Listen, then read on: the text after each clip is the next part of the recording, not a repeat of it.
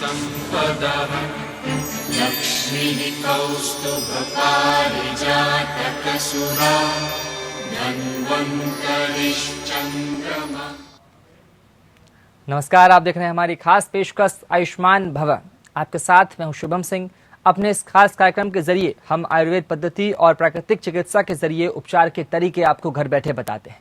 आज हम आपको नवजातों और छोटे बच्चों से जुड़ी बीमारियों का इलाज आयुर्वेद के जरिए कैसे किया जाए, इस बारे में बताएंगे। बच्चों की बीमारियां होना काफ़ी आम बात होती है और कुछ तकलीफें तो विकास से जुड़ी होती हैं, मसलन दांत निकलने की परेशानियां, और कुछ बीमारियां स्वास्थ्य और समस्याएं जैसी रोजमर्रा की जिंदगी से जुड़ी होती हैं, जैसे कब्ज, पेचिस, पेट में दर्द होना, पीलिया, जुकाम, खांसी आदि। ये सब अपने बच्चों की इन बीमारियों से घबराएं नहीं, और आयुर्वेद में बच्चों की बीमारियों का सही और अचूक इलाज होता है।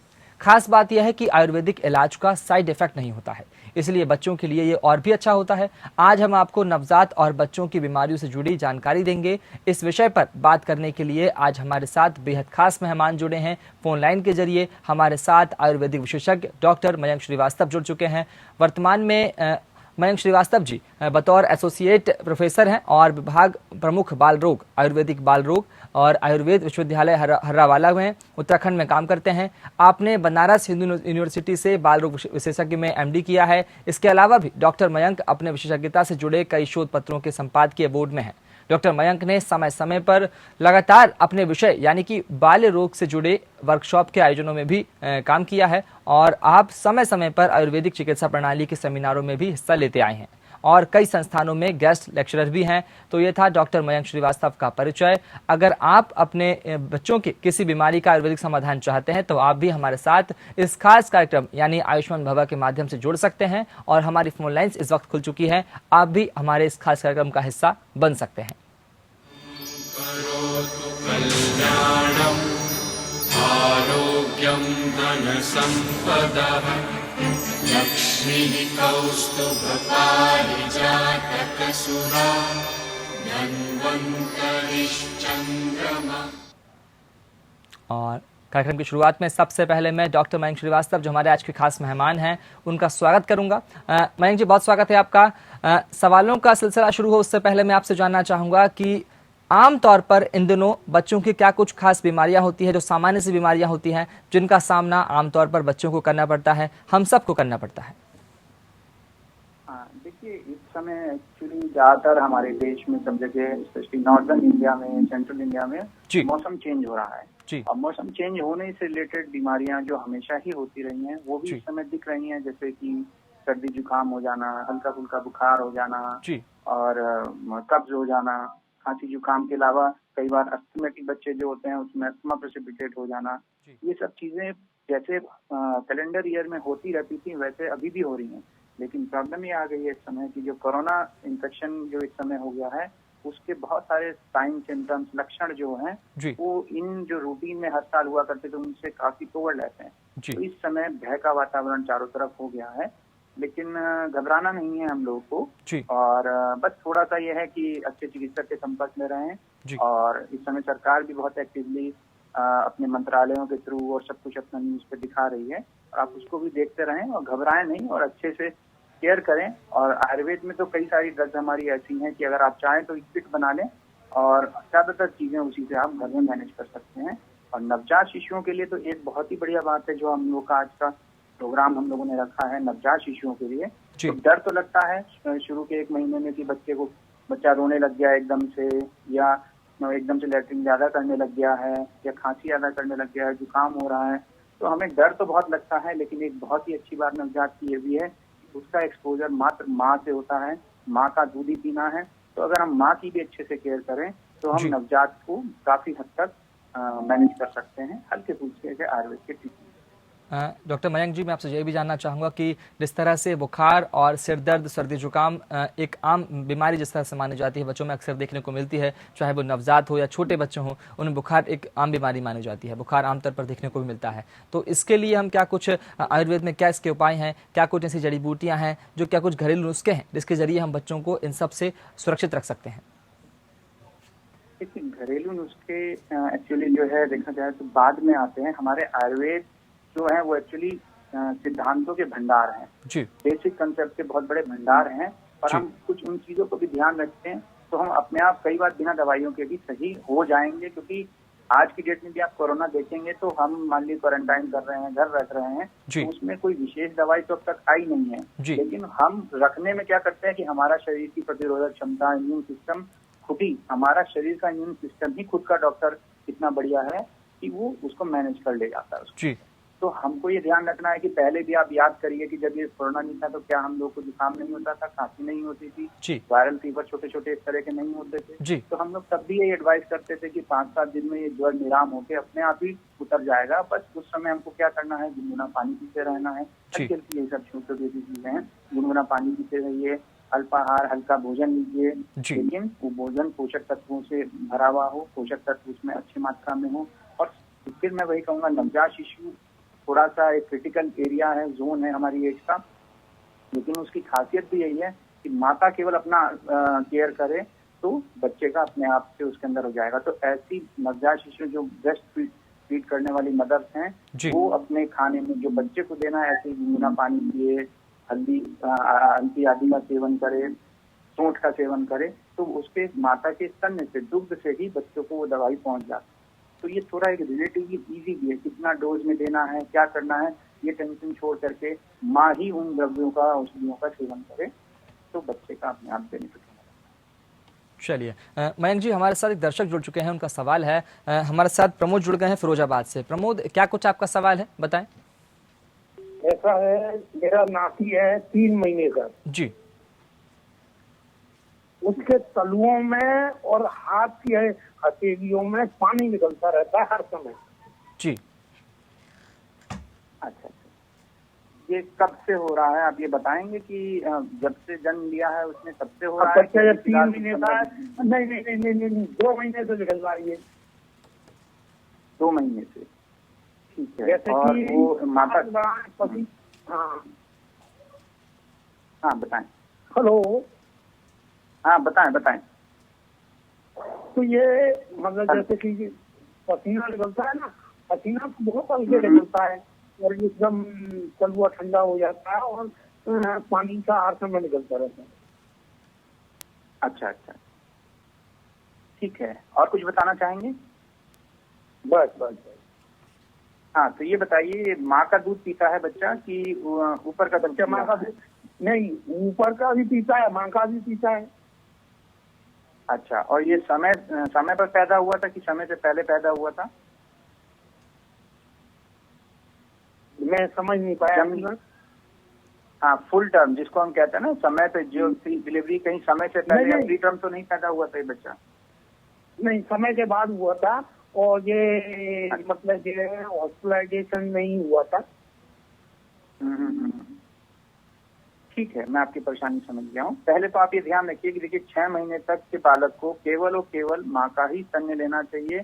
माँ के स्तन्य से ही उसकी सभी तरह की न्यूट्रिएंट्स की पूर्ति होती है, और न्यूट्रिएंट्स के अलावा माँ के स्तन्य के अंदर बहुत सारे इम्यूनोग्लोबुलिन, एंटी इन्फेक्टिव एजेंट और ग्रोथ प्रमोटिंग फैक्टर्स होते हैं। तो इसलिए अगर आप ऊपर का दूध अगर दे रहे हैं तो ये जो एनिमल्स मिल्क या कोई भी आप डिब्बे का भी दूध अगर दे रहे होंगे तो ये कई बार डिफरेंट टाइप से डेफिशिएंसीज भी करता है। उसके वजह से भी इस तरह की डिजीजेज हो जाती है, इस तरह की प्रॉब्लम आती है, स्वेटिंग की, इसको हम हाइपर हाइड्रोसिस बोलते हैं। तो इस तरह की प्रॉब्लम आने लग जाती है उसके अंदर अगर ऊपर काम देते हैं। नहीं तो सबसे पहले तो आप एक काम करिए, एक्सक्लूसिव ब्रेस्ट फीडिंग कराइए, टोटली माँ का दूध दीजिए।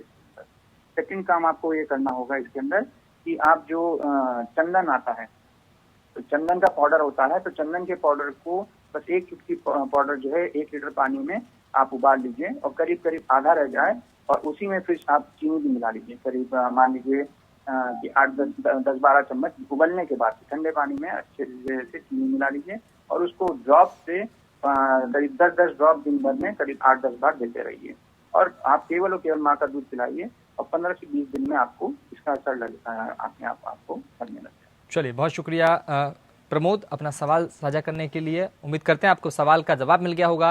मयंक जी, मैं अपना अगला सवाल आपके सामने रखूंगा। जिस तरह से नवजात बच्चे जो होते हैं, छोटे बच्चे होते हैं, उनमें दांत निकलते वक्त कई परेशानियों का सामना उन्हें करना पड़ता है, पेट में दर्द होता है और भी तमाम तकलीफें उन्हें होती है। तो दांत निकलने की समस्या क्या समस्या होती है, एक तो ये सवाल। दूसरा सवाल आपसे मेरा यह है कि इसका क्या उपाय है आयुर्वेद में, बताएं। देखिए, दांत निकलना एक फिजियोलॉजिकल प्रोसेस है जो कि होता ही है सब बच्चे। एक्चुअली क्या होता है इसमें, जब बच्चे के दांत निकलता है तो हम उसको कहते हैं कि उसको उल्टी दस्त हो रहा है या फीवर होने लग गया, बुखार होने लग गया, तो हम कई बार दांत निकलने से ये प्रॉब्लम होना कि दर्द होना, बुखार होना एसोसिएट कर लेते हैं। लेकिन इसमें एक चीज बीच में है, वो चीज हम मिस कर जाते हैं या हमको नहीं पता होता है ज्ञानतावश। एक्चुअली क्या होता है कि जब दांत निकलता है बच्चे को, असल में दांत तो हमको, जैसे बच्चा है 8वें महीने में पहला दांत प्रकट होगा, फिर उसका धीरे धीरे करते करते 3 साल तक एक एक करके सारे 20 दांत जो प्राइमरी टीथ हैं वो आते रहते हैं। और ये दांतों का निकलना गम्स के अंदर, आप समझ सकते हो कि बच्चे का न्यूबॉर्न बेबी का गम्स देखेंगे तो बिल्कुल सॉलिड होता है, उसमें से जब दांत निकलते हैं तो उसको हम कहते हैं कटिंग ऑफ टीथ, मतलब दांत जो है गम्स को काट करके निकलता है। तो इस वजह से बच्चे को इरिटेशन होती है, पीड़ा होती है। तो वो उस पीड़ा की वजह से, जैसे हमको कहीं पे शरीर पे खुजली हो रही होगी तो हम उसको रगड़ते हैं, तो वो बच्चे को जब पीड़ा होती है तो वो मुंह में अपना हाथ डालता है, थोड़ा और बड़ा जब हो जाएगा तो रेंगने लगता है जमीन पे, तो कुछ चप्पल पड़ा है या कोई भी ऐसी चीज साफ जो चीज नहीं, मुंह में डालता है उस खुजली से आराम पाने के लिए। उस वजह से वो इन्फेक्टिव चीज मुंह में डालने की वजह से उसको लूज मोशन या बुखार होता है। तो हमको इसलिए निदान के ऊपर जाना है। ये कारण है खुजली की वजह से वो करता है दांतों में इरिटेशन। तो इसको दूर कैसे करें हम? इसका सबसे आसान इलाज है जिसमें आपको कुछ नहीं करना है, माता से ये कहना है या घर के लोगों से कहना है कि एक तो आप थोड़ा ठंडा पानी कटोरी में लेके रखिए और उसके बाद अपनी तर्जनी इंडेक्स फिंगर का नेल्स कट करके और थोड़ा ठंडे पानी में डुबाइए, और डुबाने के बाद जब आपको खुद अपना महसूस लगे कि मेरी उंगली सुन्न होने लग रही है, बस उसी उंगली से 2-3 मिनट लगातार बच्चे के गम की मसाज करिए। दिन भर में 15-20 बार जब मौका लगे ये करते रहिए, क्योंकि देखिए ये एक दिन का नहीं है कि एक दिन में दांत सारे निकाल आए। 8 महीने से एवरेज एक लगाइए, 8 महीने से लेकर 3 वर्ष तक लगातार कोई ना कोई दांत निकलेगा। तो आप कब तक कोई भी दवाइयां देंगे, मान लिया आप एलोपैथिक मेडिसिन भी देते हैं तो उसके साइड इफेक्ट होते हैं, तो कब तक दवाई देंगे? तो इसका सबसे आसान तरीका है कि इसका निदान, जो उसको इरिटेशन हो रही है गम्स में, खुजली हो रही है, उसको आप दूर करिए। तो ऐसे करके जैसे मैंने बताया वैसे करिए, और थोड़ा सा आप अगर मेडिसिन लगाना चाहें। चलिए मयंक जी, हमारे साथ एक दर्शक है, वंदना गाजियाबाद से जुड़ी हुई है। वंदना, क्या सवाल है आपका, क्या जानना चाहती हैं आप? जी डॉक्टर साहब नमस्कार। मेरा बच्चा एक्चुअली 5 साल का है और उसको बहुत ज्यादा हिचकी आती है। मतलब हर दिन कम से कम 2-3 बार तो उसके ये रहता ही रहता है, और जबकि पानी का इंटेक उसका ठीक है फिर भी हिचकी उसको हमेशा बनी रहती है। इससे कोई क्या आती है? मैं सुन नहीं पाया ठीक से, थोड़ा हिचकी आती है? हाँ जी, हमेशा उसको फ्रिक्वेंटली हिचकी आती रहती है। पानी का इंटेक उसका बहुत ज्यादा तो नहीं है लेकिन फिर भी ठीक है। 2 ग्लास दूध वो पी लेता है दिन भर में और पानी भी पीता ही रहता है। लोग मुझे बोलते थे कि पानी की कमी की वजह से, लेकिन क्या उसकी बॉडी में कुछ ऐसा प्रॉब्लम तो नहीं है? हिचकी उसको हर दिन हिचकी जरूर आती है। आप ये बताइए कि वेट क्या है? पहले आप ये बताइए। वेट डॉक्टर साहब होगा 21 किलो के करीब है। हाँ 21 केजी। 21 ठीक है। अच्छा, ये हिचकी की परेशानी स्टार्टिंग कब से हुई उसको? करीब मैं 6 महीने से ऑब्जर्व कर रही हूँ उसको। 6 महीने से? जी। ओके। और मोशन उसको लैट्रिन ठीक आती है? हाँ वो सब तो नॉर्मल है। मोशन वगैरह तो नॉर्मल है। देखिए, जिस तरह से आप बता रही हैं, मेरे को उसको कोई ऑर्गेनिक प्रॉब्लम यानी कोई डिजीज की वजह से नहीं लग रही है। कई बार साइकोसोमेटिक होता है, बच्चे की ग्रोथ एंड डेवलपमेंट में कई बार ये चीजें आती रहती हैं। तो वो कुछ डेवलपमेंटल इशू है। डेवलपमेंटल मतलब कि बच्चा कई बार मानसिक रूप से स्ट्रेस रहता है, भले ही दूसरा घर में बच्चे ज्यादा उस पर आप ध्यान दे रहे हैं, तो कुछ ना कुछ उसके अंतर दोनों दिमाग में रहता है। तो ऐसे बच्चे कई बार नेल बाइटिंग करते हैं या मुंह चूसते हैं, वो ऐसे ही प्रॉब्लम है। लेकिन अगर आपको फिर भी इसमें कुछ परेशानी लग रही है तो एक मार्केट में वचा मिल जाता है, वचा की जड़ बोलते हैं हम उसको। तो उसी वचा की जड़ को लेकर के और आप करीब 15-20 बार जो सिलबट्टा होता है हमारा, उस पर घिस लीजिए और उसमें जो उसका कंटेंट मिलेगा लिक्विड का, उसमें हल्का सा शहद मिला करके उसको सुबह शाम 2 बार चटाइए और मेरे ख्याल से इसी से उसको 15-20 दिन में आराम पड़ जाना है। चलिए, बहुत शुक्रिया वंदना अपना सवाल हमसे साझा करने के लिए। तो जिस तरह से तमाम सवाल लगातार हमारे साथ दर्शक करते आ रहे हैं, जिस तरह से लगातार हम सवालों को जवाब दे रहे हैं, डॉक्टर मयंक श्रीवास्तव हमारे साथ बने हुए हैं और आज हमारा विषय है नवजातों से जुड़ी बीमारियां, छोटे बच्चों से जुड़ी बीमारियों पर हम आज सवालों के जवाब दे रहे हैं। तो आप भी हमारे साथ जुड़ सकते हैं, अपने सवाल हमसे साझा कर सकते हैं। मयंक जी, एक बार फिर आपका स्वागत है। जिस तरह से हमने तमाम सवालों के जवाब दिए हैं, मैं आपसे एक सवाल और करना चाहता हूँ कि जिस तरह से नवजात बच्चों में, छोटे बच्चों में उल्टी दस्त एक आम बीमारी मानी जाती है कि उल्टी दस्त से काफ़ी तकलीफ होती है बच्चों को, और जिस तरह से आमतौर पर देखा जाए तो कई बार बच्चों को तकलीफों का सामना करना पड़ता है इस तरह की। तो उल्टी दस्त का क्या कुछ अचूक उपाय है आयुर्वेद में, बताएं। देखिए, अचूक उपाय तो अचूक डायग्नोसिस के ऊपर बेस्ड होता है। तो आपको पहले हम लोग को डायग्नोसिस करनी होती है।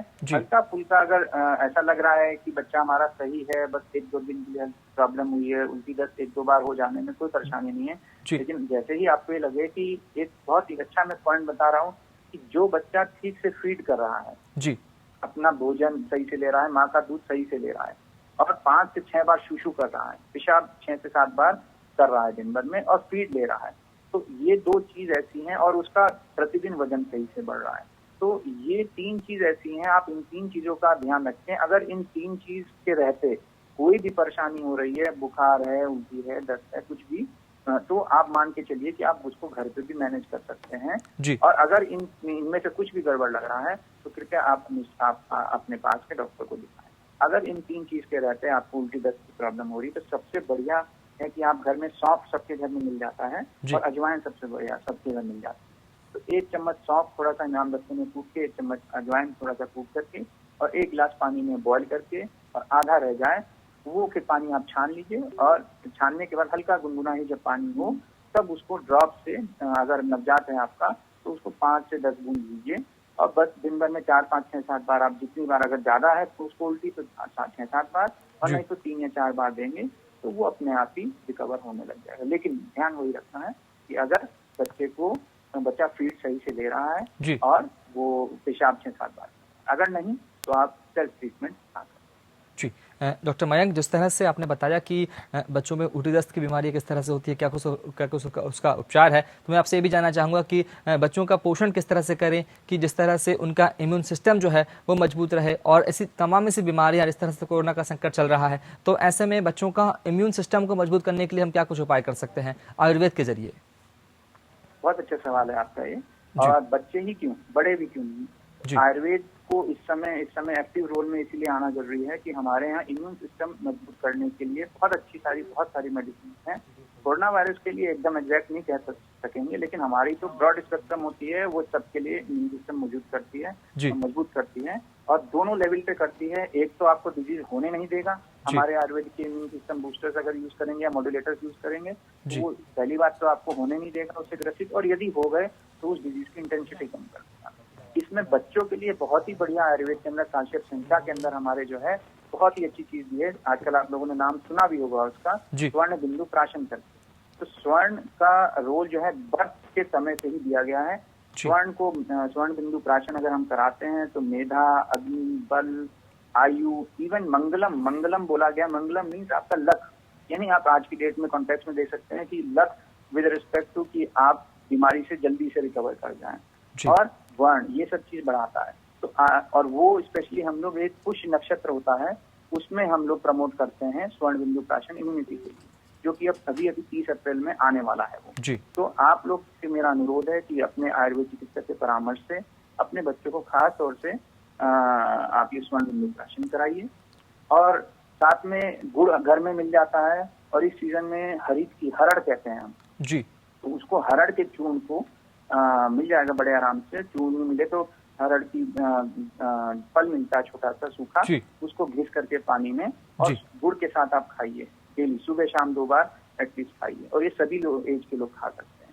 तो ये 2 चीज जो है ऑटोमेटिक इम्यून बूस्ट करती है। और सबसे बड़ी बात है, आहार महाभैषज्यम बोला गया है, तो माता का दूध पीने वाले को माता अच्छे से पोषक आहार ले तो उसका दूध में न्यूट्रिटिव वैल्यू बढ़ेगी, तो बच्चे की इम्यून सिस्टम मजबूत होगा। और उसके अलावा अगर हम बैलेंस डाइट खाते हैं, अच्छे से न्यूट्रिशियस डाइट खाते हैं, फ्रूट्स खाते हैं, वेजिटेबल्स खाते हैं, विटामिन ए को एंटी इन्फेक्टिव विटामिन क्या है, तो विटामिन ए रिच फूड्स जो है हम खाते हैं, जैसे गाजर है, और जो येलो कलर के जो भी फल हैं ये सारे, तो इन सब से इम्यूनिटी हमारी बूस्टअप होती है। तो आहार पे फोकस रखें और सबसे जरूरी नींद, निद्रा। अगर नींद आपकी अच्छी होती है तो आपका इम्यून सिस्टम ऑटोमेटिक। जी डॉक्टर मयंक, जिस तरह से आपने बताया कि बच्चों का पोषण किस तरह से रखें, लेकिन इन सब के बीच में एक सवाल ये भी आता है कि अगर बच्चे अपना जो भोजन है वो पर्याप्त मात्रा में करते हैं, उन्हें पोषण बराबर मिलता है, उन्हें माँ का दूध बराबर सही तरीके से पीते हैं, लेकिन इन सब के बाद भी कुछ बच्चों का विकास नहीं हो पाता है या विकास धीमी गति से होता है, तो क्या इसे कुपोषण कहा जा सकता है? और अगर कुपोषण इसे कहा जा सकता है तो आयुर्वेद में इस समस्या के क्या कुछ इलाज है, क्या कुछ इसका उपाय है? हाँ, इसके लिए जैसे आयुर्वेद में रसायन शब्दों का यूज किया गया है जी। तो हम रसायन को यूज करते हैं। अब जैसे इसी में मैंने बताया था स्वर्ण बिंदु प्राशन में, इसकी इंडिकेशन में, इसकी इफेक्ट में बोला है मेधाग्नि बल वर्धनम, अग्नि और बल का वर्धन करना। तो जैसे आप मॉडर्न में जैसे हम समझेंगे अगर, तो हम एंजाइम जो होता है, जैसे आप खाना गैस पे रख दें, गैस में जलाएं तो पकेगा कभी भी नहीं, कभी नहीं पक पाएगा। तो यानी गैस की इंपॉर्टेंट है, ईंधन की इंपॉर्टेंट है। वैसे ही हम अच्छा सा आहार भी ले रहे हैं तब भी ग्रोथ नहीं हो रही है, तो अगर उसको मेटाबॉलिक डिसऑर्डर कहीं नहीं है, जो जन्म के समय ही हम लोग को चेक कर लेना चाहिए। अगर कोई मेटाबॉलिक डिसऑर्डर नहीं है जैसे गैलेक्टोसीमिया आदि, तो आप इस तरह की आयुर्वेद की रसायन औषधियां जिसमें तितली भी आती हैं और स्वर्ण बिंदु में स्वर्ण प्राशन भी आता है, तो जो अग्नि बढ़ती है तो ये जो गैस वाला सिस्टम है इससे बढ़ेगा, तब आपका जो शरीर में आहार जो है लगना शुरू हो जाता है, तो उससे फिर उसका विकास होना शुरू हो जाता है। लेकिन इस सब को करने से पहले आपको ये कंफर्म करना चाहिए कि आपको कोई बच्चे को कोई मेटाबॉलिक डिसऑर्डर तो नहीं है और बैलेंस डाइट को ले रहा है कि नहीं, उसके पश्चात आप ये करें, निश्चित रिजल्ट मिलेगा। जी डॉक्टर मयंक, जिस तरह से मालिश की एक अहम भूमिका होती है बच्चों में, नवजातों में, उनके विकास को लेकर, उनके शरीर के विकास को लेकर, उनके बुद्धि के विकास को लेकर, तो ऐसे में मस्तिष्क के विकास को लेकर, तो ऐसे में अगर मालिश के लिए क्या कुछ तेल ऐसा आयुर्वेद में बताया गया है, क्या कोई ऐसा उपाय है, मालिश करने का तरीका है जिसको आप बता सकते हैं हमें कि जिस तरह से बच्चों का विकास और अच्छे से हो सके? बहुत बढ़िया, ये भी बहुत अच्छा क्वेश्चन है जी। बला तेल ऐसे आयुर्वेद में हम लोग के बोला गया है, वो बहुत ही अच्छा माना गया है, इससे बला या शीर बला तेल।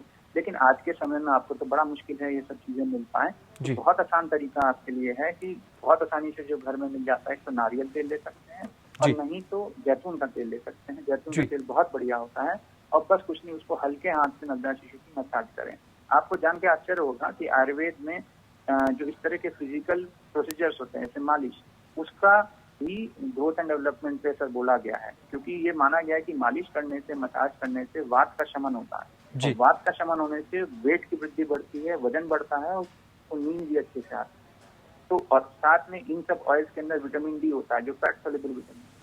तो अगर हम इनकी स्किन ऑयल्स की मसाज करें और घर में जो आसानी से, ज्यादा आप इधर उधर मत भागें क्योंकि इस समय शायद नहीं मिल पाएगा, तो आप हर घर में जैतून का तेल नहीं तो नारियल का तेल तो आपको मिल ही जाएगा। बस ध्यान ये रखना है कि सरसों के तेल से मालिश ना करें, बाकी किसी भी तेल से करें। और बच्चा जब तक 3 किलो का ना हो जाए और 3 से 4 हफ्ते यानी 1 महीने का ना हो जाए तब तक आप ज्यादा मालिश ना करें, इसके बाद ही करें। और घर के लोग करें, किसी बाहर से आया या किसी से मालिश ना करें। इससे निश्चित आपके बच्चे का वेट बढ़ेगा, उसको नींद अच्छी आएगी और उसका विकास होगा। चलिए, बहुत शुक्रिया डॉक्टर मयंक, जिस तरह से आपने हमारे तमाम सवालों का जवाब दिया है। तमाम दर्शक, उनका भी शुक्रिया जो लोग हमारे साथ जुड़े, हमारे इस कार्यक्रम का हिस्सा बने। तो ऐसे में आज हमने नवजात बच्चों और जो छोटे बच्चे होते हैं उनकी जो समस्याएं होती हैं, उनकी बीमारी होती है, उसके उपचार के बारे में चर्चा करी, उनके तमाम सवालों के जवाब हमने बखूबी दिए। तो मयंक जी, एक बार फिर आपका शुक्रिया। और इसी के साथ हम लगातार आयुष्मान भव में लगातार नए सवाल लेकर आते हैं, नए विषय लेकर आते हैं, जिनके जरिए आप भी हमारे कार्यक्रम का हिस्सा बन सकते हैं। और इसी के साथ आयुष्मान भव में फिलहाल इतना ही। एपीएन न्यूज़ पर खबरों का सिलसिला लगातार जारी है। करोतु कल्याणम् आरोग्यं धनसम्पदः लक्ष्मीः कौस्तुभपारिजातकसुरा धन्वन्तरिश्चन्द्रमा।